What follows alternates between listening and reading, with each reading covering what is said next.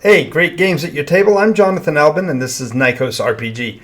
Today we're going to be talking about the very nature of role-playing games, what it feels like, what the emotion is when you are playing a role-playing game, and what that role-playing game will mean to your play experience. Today we're going to be looking at it from the standpoint of what goes on in your mind, what goes on in your brain, and how do you interact in a role-playing game, and what is that experience like. I'm going to use some visual cues, and we'll see if that helps to make it more understandable.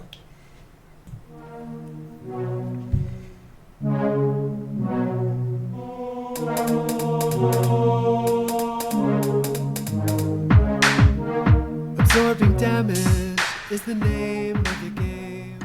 Alrighty, so when we are looking at the idea of playing a role-play game, we are by definition playing a game wherein we are taking on roles and playing through them in different scenarios. But what does that actually, how does that manifest? How does that work? Well, I'm using this blank background to represent the idea that when you don't have a clue what we're about to do, you have no images to work on. You have no framework. There's no place to put your feet. You don't know how far off the ground we are and what we are going to do. So when you are in this condition, you start to develop some of that information, and you have to kind of see the invisible.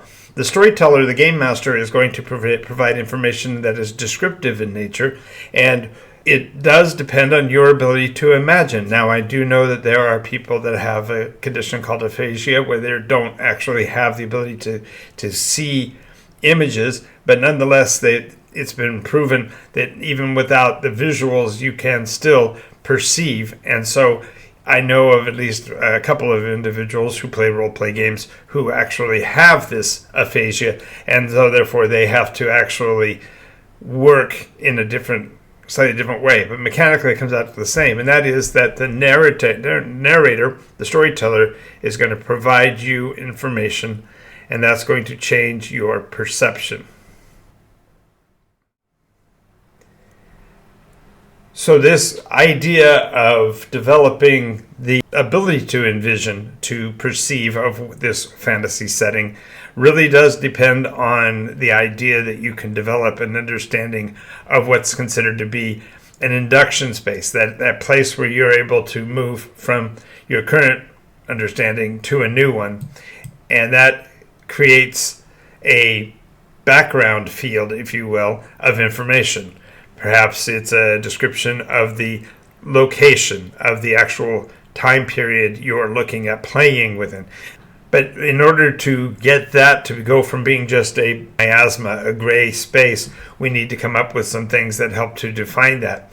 And the general tool for this would be the character sheet, the persona sheet.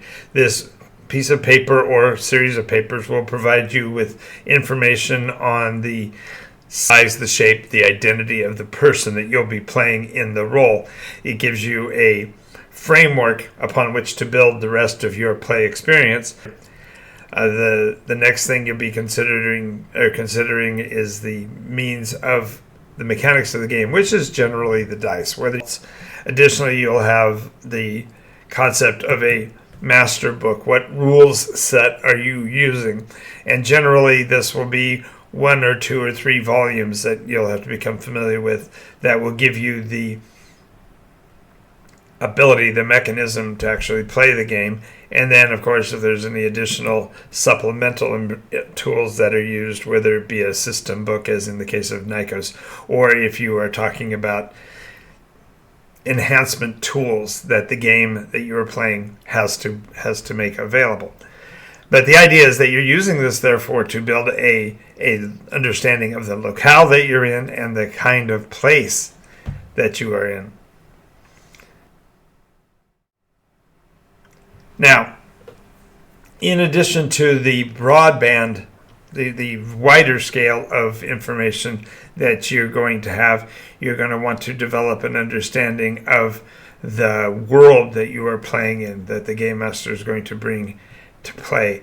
And that will include the kinds of descriptions of the creatures that he or she is bringing to the table. Now, in this case, you take one look at that cute little Starbucks, and you think, oh, this is going to be a cutesy world. Yeah, but at the same time, you're going to be introduced not only to the good creatures, but the monsters as well, and the villains in particular that outline who the bad guy is. And it's kind of like the old melodramas. When you are given this idea of the villain, you're given a person to not like. This is when this guy comes on the screen, everybody boos, right? That's the idea, is that the villain is that which the players then work themselves against during the story.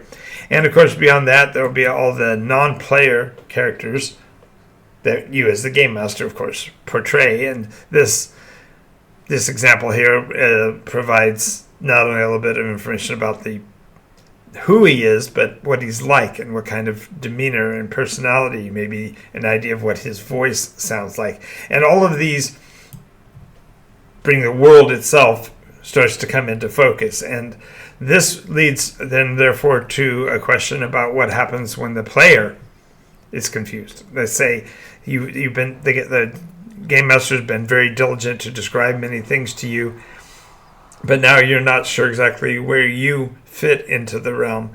And so you have to step out of the game. You have to step out and go, okay, in the meta, in the real world, what is going on and what do these numbers and these words mean? If you are confused and can't get a picture on what's going on in the world and how your mechanical actions take place, that would be detrimental to being able to play the role play game, because you're not getting it. You're not picking up the pieces.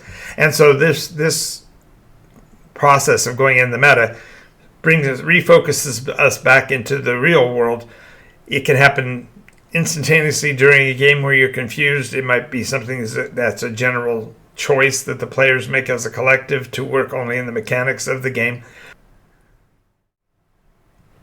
So as you're getting better and better clarity, the very concept of what the world looks like and what it feels like begins to change, and it becomes more clear, more concrete. The dimensions. When I speak of a liminal space, I'm speaking of a place that has really no defined boundaries. It's gray, amorphous. We have an infinite slate to play upon to be liminal space. Well, when we are in this liminal space, in order to play a role-play game, we have to more clearly define it. So as we add different pieces, and the story becomes from being unclear to clarified to completely understandable, we now have a position where we can be considered to be in the optimal play space.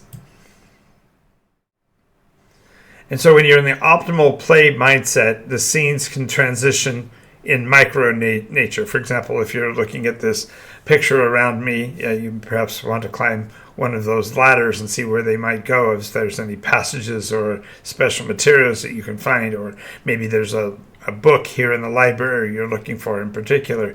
The idea, therefore, is that you can explore this, what was liminal space, and now it's a more defined space, so that your experience with me is in this locale. Then you're able to move from one transition point, an interior shot, perhaps to an exterior location, and then move around on the surface of the planet using the same mechanics, still in the role play environment, the play mindset, and then eventually find the location that you're looking for with the other players, a shared experience in only your minds. And it's kind of a trippy place to be. Well, that's optimally where role players go when they're going into a game session, is they're going into this shared mindset, visiting the different locales, engaging with the personas and the people that they find there, and therefore having a deeper play experience. I want to thank you for having spent a few minutes with me here in Nikos RPG. I will see you again next time. We do record Monday through Friday, 10 o'clock a.m. and 11 p.m. Pacific, and we will see you at the next episode. Don't forget, you've done enough work.